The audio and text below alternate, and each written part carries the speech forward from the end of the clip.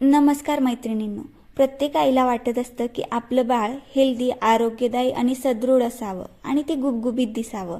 यासाठी आपल्या बाळाला सकस आणि पौष्टिक आहार देण्याचा आई पुरेपूर प्रयत्न करत असते। आज मी माझ्या बाळांसाठी बनवले आहे हेल्दी अशी मखाना खीर। मखाना खीर कशी बनवायची याची रेसिपी आज आपण बघूया। तर गॅसवरती मी कढईमध्ये टाकले आहेत हे मखाना मी पॅकेटचे टाकले आहेत। विकतचे सुट्टे मखाना मी वापरलेले नाहीत। मखाना छान असे आपल्याला भाजून घ्यायचे आहेत। मंद आचेवरती मखाना भाजल्यावरती ते जळत नाही।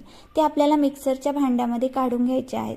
त्यानंतर 2 टेबलस्पून पोहे मी या कढईमध्ये घातले आहेत। ते देखील आपल्याला मंद आचेवरती छान असे भाजून घ्यायचे आहेत। भाजल्यानंतर ते पोहे आपण त्या मिक्सरच्या भांड्यामध्ये काढून घेऊया। खीर बनवण्यासाठी आपण साखर वापरणार नाही, तर त्याऐवजी आपण गूळ वापरणार आहोत किंवा तुम्ही खडी साखर देखील वापरू शकता। तर मी तो गूळ ह्या मिक्सरच्या भांड्यामध्ये टाकला आहे आणि तो सुद्धा यासोबत दळून घेतला आहे। त्यानंतर त्याची छान अशी पावडर तयार झालेली आहे। नंतर मी कढईमध्ये गावठी तूप टाकले आहे आणि त्यानंतर जी आपण मिक्सरमधून पावडर दळून घेतली होती ती यामध्ये टाकली आहे आणि ते छान असे मिश्रण कालून घेतले आहे। त्यानंतर मी त्यामध्ये टाकली आहे ही ड्रायफ्रूटची पावडर, जी मी ऑलरेडी बनवून ठेवलेली आहे। त्यामध्ये मी काजू, बदाम आणि अक्रोड वापरले आहे। हे मिश्रण छान असे हलवून घ्यायचे आहे आणि लालसर होईपर्यंत आपल्याला हलवायचे आहे। त्यानंतर यामध्ये आपल्याला थोडेसे गाईचे दूध टाकायचे आहे।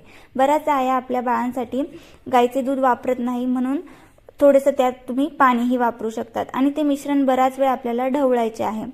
त्याची कन्सिस्टन्सी घट्ट होईपर्यंत आपल्याला हे मिश्रण ढवळायचे आहे। त्यानंतर छान अशी मखाना खीर तयार होते। 7 ते 8 मिनिट तुम्ही हे मिश्रण ढवळू शकता। अतिशय घट्ट अशी आपल्याला ही खीर बनवायची नाही, कारण जसं जसं हे मिश्रण थंड होत जाते तशी ती खीर जास्त घट्ट होत जाते आणि आपल्या बाळाला खाता येत नाही, म्हणून ही कन्सिस्टन्सी जरा पातळच ठेवायची।